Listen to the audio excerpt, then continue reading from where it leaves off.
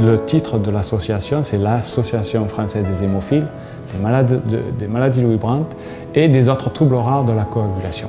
Comme c'est des maladies rares, nous sommes très peu, l'union fait la force et c'est un signal fort vers les patients, vers les autorités de santé, vers le monde médical. Appartenir à l'AFH, je pense que ça nous donne plus de visibilité. Il y a aussi des fonds qui permettent en fait à l'AFH de faire des recherches scientifiques sur ces pathologies et puis de nous rendre plus visibles auprès des autorités de santé.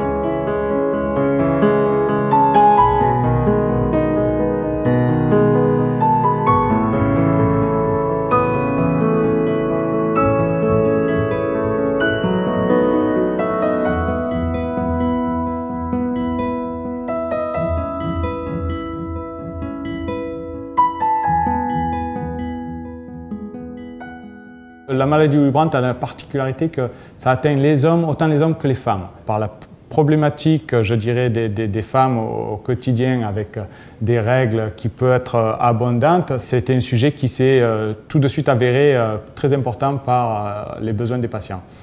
Par des groupes de parole, il y a eu l'idée de mettre en place des actions vers les gynécologues pour une meilleure prise en charge et pour diriger mieux les patientes vers les hématologues.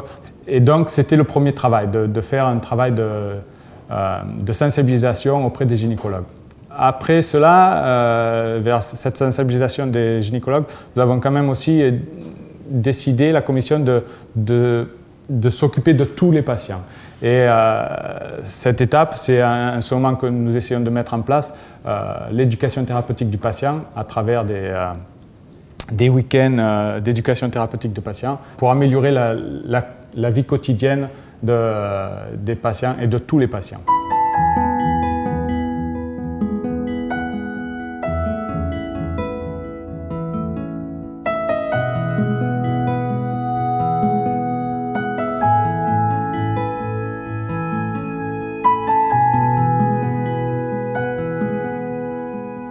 La première action qu'on a pu mener, c'était de créer une mailing list pour en fait rassembler les patients qui ont des pathologies plaquettaires et à travers aussi le biais du CRPP, le Centre de référencement des pathologies plaquettaires. La deuxième action, c'est qu'en février 2015, il y a eu donc une première réunion nationale qui s'est faite à Marseille, où là, en fait, il y a eu un échange entre les patients, parce que souvent, il y a bien de l'ignorance sur ces pathologies plaquettaires, et donc ça a permis, en fait, de mieux comprendre leur pathologie. Ça a permis je crois, de soulager aussi les familles, parce qu'il y a beaucoup d'anxiété, beaucoup d'angoisse par rapport à ces maladies rares. Je pense que ça permet aussi de rassurer, de se dire, bah, en fait, je ne suis pas seule.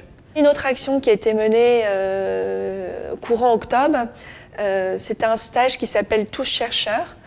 Et donc, ça a permis d'améliorer la connaissance sur les pathologies.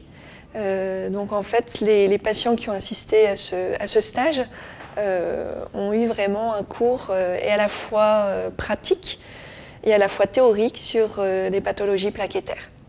Et donc fin décembre, début janvier 2016, il y a une plaquette qui va être créée pour les pathologies plaquettaires qui vont être diffusées un peu dans tous les hôpitaux en France.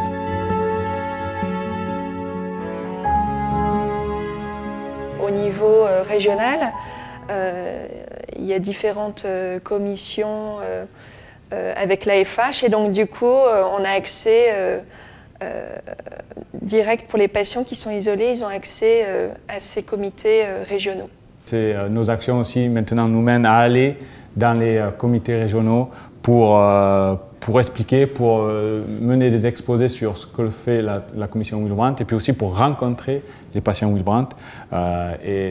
J'ai tout récemment fait ça avec le comité centre et c'est des expériences extraordinaires parce que nous rencontrons donc des gens et puis tout d'un coup ça éclaire les yeux, on se dit, les gens ils se disent enfin quelqu'un qui parle, qui nous comprend, on n'est pas seul et ça résonne, c'est très fort, c'est très fort. Cette possibilité d'aller au plus près des patients qui en ont le plus besoin, c'est très important. C'est ce que vraiment nous offre l'AFH aujourd'hui. Merci.